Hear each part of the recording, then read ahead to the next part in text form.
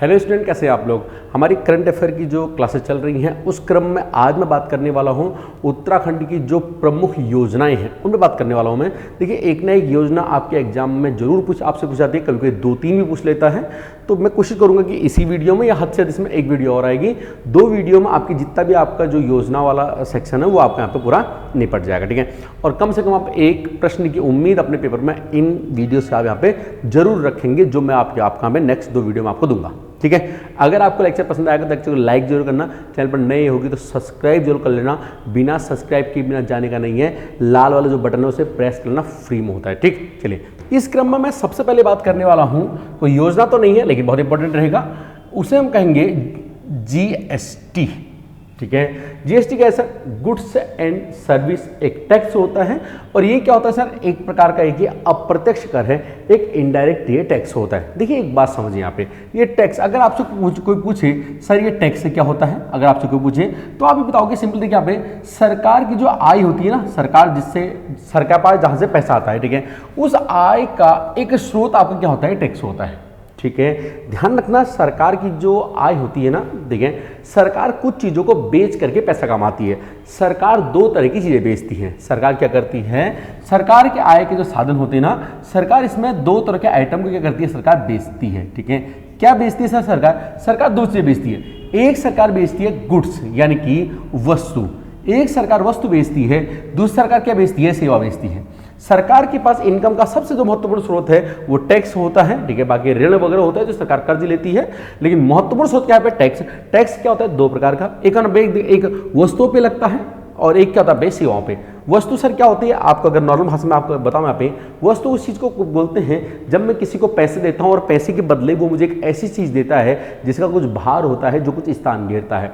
जैसे मैं दुकान में गया, मैंने 5 रुपये दिए, एक बिस्किट का पैकेट ले लिया, तो बिस्किट के पैकेट में कुछ भार है और वो कुछ स्थान घेर रहा है, तो उससे मैं क्या बोलूँगा? ये एक वस्तु है, ठीक है। जबकि सेवा सर क्या होती है? सेवा वो होती है जिसके लिए मैं पैसे तो पे करता हूं, बट मुझे कोई ऐसी चीज नहीं मिलती है जिसका कोई भार होता है, जो कुछ स्थान घेरता है, ठीक है। जैसे अपना एक कोचिंग है, यहाँ बच्चे आप पढ़ने आते हैं, ठीक है। जब पढ़ने आते हैं तो हम उनसे क्या करते हैं? पैसे लेते हैं, ठीक है, लेकिन हम उनको कोई ऐसी चीज थोड़ा ना दे रहे हैं जिसका कोई भार है, कुछ स्थान घेरता है, ऐसा कुछ थोड़ा ना दे रहे हैं। तो ये क्या है? एक तरह की एक सेवा है, ठीक है। जैसे अगर आप यहाँ से लेकर के 10 किलोमीटर तक आपने बस में सफर कर दिया, रुद्रपुर चले गए आप, ठीक है, तो रुद्रपुर आप बस में गए तो भाई कंडक्टर ने आपको बस दे दी क्या? 20 रुपये के बदले आपने उसे 20 रुपये दिए, उसने आपको बस थोड़ी ना दे दी, तो यहां से वहां तक उसने पहुंचा दी, क्या एक तरीके पे सेवा है, ठीक है। तो सरकार जो है 2 चीजों को बेच करके ही पैसा यानी कि आय सरकार की होती है। एक क्या होती है? वस्तु, और दूसरा पे सेवा, ठीक है, ठीक है। तो इसी को हम क्या बोलते हैं? फिलहाल यहाँ पे हम इसी को ही जीएसटी कहते हैं, यानी गुड्स एंड सर्विस टैक्स, जो इसमें भी कुछ परसेंट लगता है, इसमें भी कुछ परसेंट लगता है, ठीक है। देखिए, अब ये जीएसटी कैसे लगेगा, क्या लगेगा, एक बहुत बड़ा टेंशन सरकार के सामने था। तो इसके लिए सबसे पहले इसके लिए एक समिति बनाई गई उत्तराखंड में, ठीक है। इसके लिए एक समिति बनी, ठीक है। जो समिति कब बनी? आपके यहाँ पे 12 सितंबर 2016, 12 सितंबर 2016 को एक कमेटी बनाई गई। उस कमेटी ने अध्ययन किया कि किस तरह से हम उत्तराखंड के अंदर जीएसटी को हम लागू कर सकते हैं, क्या क्या चीजें यहाँ पे होनी चाहिए, ठीक है। चलिए, तो फाइनली इस कमेटी की बदौलत क्या हुआ? इस कमेटी की बदौलत 1 जुलाई, आपको ध्यान रखना है, 1 जुलाई 2017 को अपने उत्तराखंड में जीएसटी जो था ये लागू कर दिया गया, ठीक है। यानी कि समिति कब बनी? 12 सितंबर 2016, और लागू कब हुआ? 1 साल बाद 1 जुलाई 2017 को जीएसटी हमारा यहाँ पे लागू कर दिया गया। आप ये ध्यान रखना, ठीक हो गया है। अब देखिए, यहाँ पे 1-2 बातें मैं आपको और बता दूं। यहाँ पे जी जीएसटी होती है, इसकी 5 दरें काम करती है, 1, 2, 3, 4, 5, ठीक है। 0% सबसे पहले यहाँ पे 0% होता है, जो खाद्य पदार्थ होते हैं, गेहूं, चावल, इन सब में 0% होता है। जितनी जितनी हमारी लग्जरी लाइफ हमारी बढ़ती जाती है, उस तरह से इसकी रेट बढ़ते जाते हैं। 0%, 5% जो पैकेट में चीज़ें आती है उनमें 5% का जीएसटी लगता है, जैसे काजू, किशमिश, बादाम, इन सब होता है, ठीक है। फिर यहाँ पे 5% के बाद आपका यहाँ पे 12% लगता है, 18% फिर लगता है, और लास्ट आपका लगता है 28%। जीएसटी की दर कितनी? आप अभी 5 दर है, आप ही ध्यान रखना, ठीक है। चलो, करंट अफेयर के अंदर अभी आप थोड़ा आगे बढ़ते देखिए। दूसरी बात आपको ध्यान रखना है, पंचायती राज संशोधन अधिनियम, आपको ध्यान रखना है, पंचायती राज संशोधन अधिनियम। इसमें सर क्या करना देखिए, पंचायती देखिए पे ये अधिनियम जो था आपका ये 2019 में, आपको एक बात ध्यान रखनी है, ठीक है। देखिए, पंचायती राज से संबंधित अधिनियम हमारा सबसे पहले 4 अप्रैल 2016 को पंचायती राज संबंधी अधिनियम हमारा पारित हुआ था, ठीक है, मतलब ये हमारा लागू हुआ था उत्तराखंड के अंदर, आप ही ध्यान रखना। लेकिन संशोधन कब हुआ इसमें यहाँ पे 2019 में। जब इसमें संशोधन हुआ 2019 में, वो डेट थी आपके यहाँ पे 2 जून, ठीक है। चलिए इसको डेट छोड़ दिया, आप कोई दिक्कत नहीं, यहाँ पे छोड़ो इसको। यहाँ पे तो कब यहाँ पे 2019 में, 2019 के देखा भाई इन्होंने इसमें 3 बात बोली। इन्होंने कितनी बात बोली है? 3 बात। पहली बात इन्होंने कहा कि वही जो सदस्य है वो इलेक्शन लड़ पाएगा पंचायती राज में, चाहे वो ग्राम प्रधान का हो, चाहे वो क्षेत्र पंचायत का हो, चाहे वो जिला पंचायत का हो, ठीक है, वही लड़ पाएगा जिसके बच्चे कितने होने चाहिए, कम, केवल 2 बच्चे होने चाहिए, पहली बात। दूसरी बात इन्होंने बोली, देखिए यहाँ पे 2 बच्चे होने चाहिए। और दूसरी बात इन्होंने बोली है कि अगर वो जनरल कैंडिडेट है तो वो 10th पास होना चाहिए। इसके अलावा अगर वो महिला है, चाहे वो जनरल की हो, चाहे SC ST किसी की भी हो, दूसरा अगर वो SC का है या ST का है तो वो कम से कम 8th पास होना चाहिए, इन्होंने ऐसा बोल दिया, ठीक। तीसरे नंबर पे कि पंचायती राज अधिनियम के तहत तीसरी बात बोले पे कि एक सदस्य जो है वो 2 पद पर नहीं हो सकता। एक सदस्य जो है वो 2 पदों पर नहीं हो सकता है। किसने बोला पे? पंचायती राज संशोधन अधिनियम 2019 के द्वारा ये संशोधन इसमें कर दिया गया। पंचायती राज अधिनियम हमारा कब लागू हुआ? 4 अप्रैल 2016 को लागू हुआ, आपको ये ध्यान रखना है, ठीक। चलो अगला, अगर देखिए यहाँ पे एक योजना चलाई है, 4 धाम योजना। कौन सी योजना यहाँ पे? 4 धाम योजना, इसे ऑल वेदर रोड कहा गया है। तीसरा आपको ध्यान रखना पे 4 धाम योजना, 4 धाम एक योजना है। ये जो 4 धाम योजना है ये 27 दिसंबर 2016 से ये योजना चली थी। कब चले यहाँ पे? 27 दिसंबर 2016, आपको ये डेट याद रखनी है। इसमें क्या करते हैं? 4 धाम बोलते कहाँ पे? गंगोत्री, यमुनोत्री, बद्रीनाथ और केदारनाथ, इन चारों को जोड़ने का यहाँ पे काम किया गया है।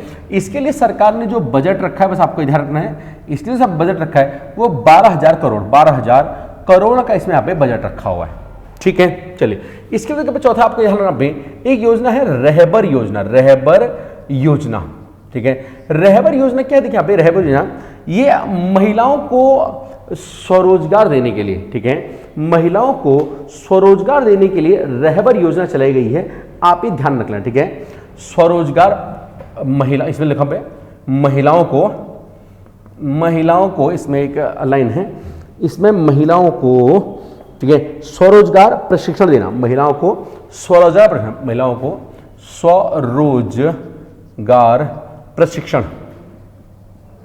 प्रशिक्षण देना इसमें चलाई गई है। इसमें जो एज रखी गई है वो 18 से 35 वर्ष की अगर आपकी एज है तो इनको फ्री में यहाँ पे स्वरोजगार का प्रशिक्षण दिया जाएगा। स्वरोजगार मतलब कुछ ऐसी ट्रेनिंग देंगे जिससे आप बाद में अपने रोजगार आप खुद ही कर सकते हैं, मतलब सिलाई, कढ़ाई, बुनाई, ऐसे वाले कुछ चीज़ें, कुछ आपको यहाँ पे ट्रेनिंग आपको दी जाएगी, ठीक। चलो थोड़ा आगे देखते हैं।